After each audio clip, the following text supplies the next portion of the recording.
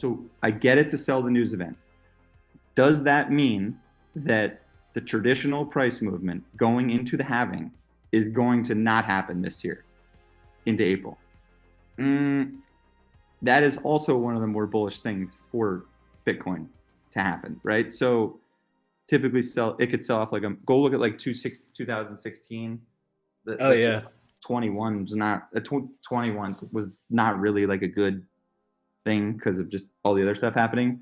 But it's like, all right, so was the move from 16 to 48 ETF and halving, or was it just ETF and now you're getting a second wind on the halving? And I do think you do get it.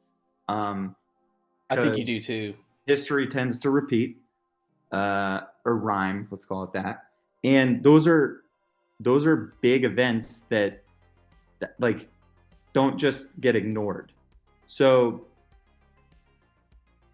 this channel, let's call it on Bitcoin, like we never really went to this upper diagonal. So I always thought we were going to do like 54s, 55s. Really? Maybe. What? Yeah. Man, well, that's what scared me too. Is frankly, we started getting into the 40s, and I was like, "Are we really going to start nibbling?" Like 54 right here, and it was going to go past the 61.8, but like it stopped directly at it. And what did it correct? Like, in the grand scheme of things, like how much has price actually gone down? Not much compared to the amount of crying right now.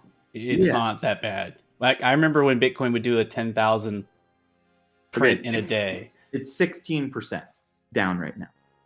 ETH off the high is, let's see here. This is also a really large part of how I look at majors is percent corrections and then looking at what they've done in the past. Like you get 20% corrections on Bitcoin tends to be a good buy.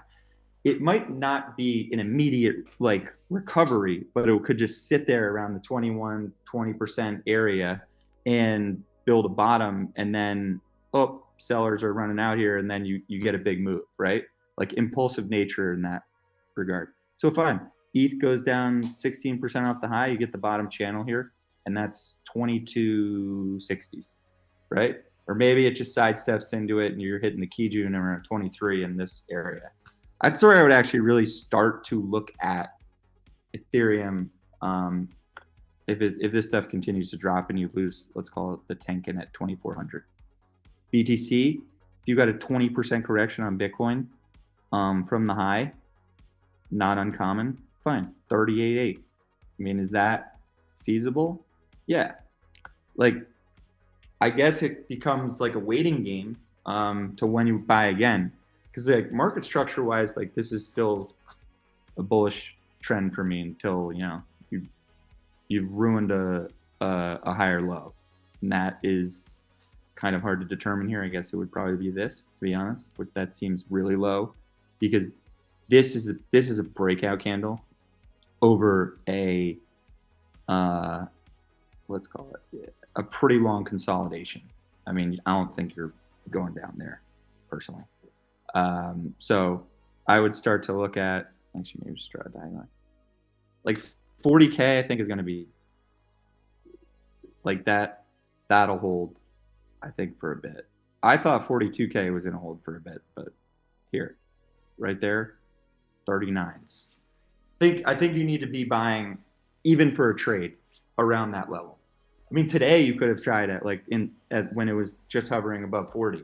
I had a friend text me, traditional finance guy, works at a hedge fund. He goes, "All right, when are we buying this thing? It's looking like maybe there's a bid around here." I think, and I was like, "You could try in the 40s. Like it seems reasonable." Again, he's buying spot Bitcoin here. He's not buying on leverage. Yeah.